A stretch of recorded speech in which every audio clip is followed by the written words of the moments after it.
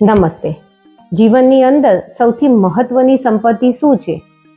જે જાણવા ઈચ્છતા હોય તે ચોક્કસથી આ 2 મિનિટ પોતાની ફાળવશો. વાત છે એક એવા યુવાનની કે જેનો ઉછેર સુખી સંપન્ન ઘરની અંદર લાડકોડમાં થયો હતો. તે પોતે પણ ખૂબ જ હોશિયાર હતો, પરંતુ તેના મોટા ભાગનો સમય મિત્રો સાથે વાતોચીતોની અંદર, વ્યર્થ સંવાદની અંદર, મોબાઈલની અંદર, ટેલિવિઝન જોવામાં, ગેમિંગની અંદર અને બાઇક સવારીમાં જતો હતો. આ રીતે તે પોતાના કલાકોના કલાકો વેડફી નાખતો હતો. તે પોતે પણ સમજતો હતો કે જીવન બહુ અમૂલ્ય છે. તેને અહેસાસ હતો કે જીવનના અમૂલ્ય વર્ષો વ્યર્થ વપરાઈ રહ્યા છે. તે પોતે પણ પોતાની ટેવોના કારણે અસહાય હતો. એક વખતે યુવાનો માટે શહેરની અંદર એક સેમિનારનું આયોજન થયું કે જેનો વિષય હતો ચીલાચાલુ જીવનને કેવી રીતે મહાન બનાવવું, અને આ સંવાદની અંદર એ પણ જોડાયો. કાર્યક્રમની અંદર એક વક્તાએ શ્રોતાઓને પ્રશ્ન પૂછ્યો કે આજે તમે કરોડોપતિ છો અને આજના તમારા પૈસાથી શું તમે તમારી ગઈકાલને પાછી લાવી શકશો? ત્યારે શ્રોતાઓએ નકારમાં માથું ધુણાવ્યું.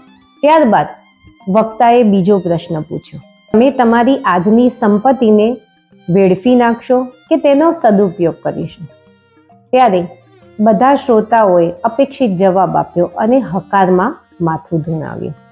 ત્યારબાદ વક્તાએ પોતાની વાતને આગળ ધપાવતા કહ્યું કે દરરોજ જો કોઈ વ્યક્તિ તમને 1 લાખ રૂપિયા આપે છે, પરંતુ શરત છે કે તે રૂપિયાનો તમારે એના એ જ દિવસે ઉપયોગ કરી નાખવાનો છે. જો એ રૂપિયામાંથી બીજા પૈસા બચશે તો તે રદ થઈ જશે. આજે તમે એનો ઉપયોગ ના કર્યો તો કાલ માટે તમે એને સાચવી શકશો નહીં. આ જ રીતે બીજા દિવસે પણ તમને 1 લાખ રૂપિયા મળે છે. તો શું તમે આ પૈસાને વેસ્ટ કરી નાખશો કે તેનો સદુપયોગ કરશો? શું તમે એક રૂપિયાનો ક્યાં વપરાય છે તે ધ્યાન નહીં રાખો? સ્વાભાવિક રીતે શ્રોતાએ હકારમાં માથું ધુણાવ્યું. ત્યારબાદ વક્તાએ પોતાની વાતને આગળ ધપાવી. તેમણે કહ્યું કે એ જ રીતે આપણને દરેકને દરરોજ સવારે 24 કલાક એટલે કે 86,400 સેકન્ડનું બેલેન્સ મળે છે.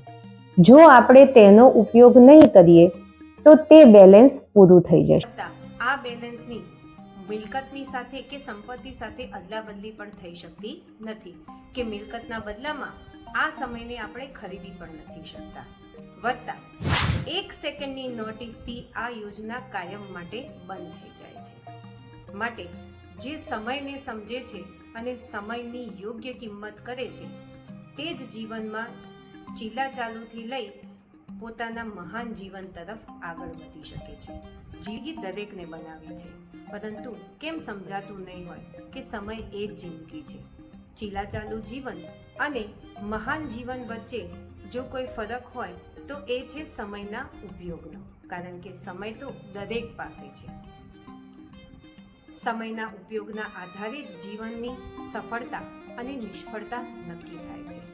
સમજે તેને વંદન.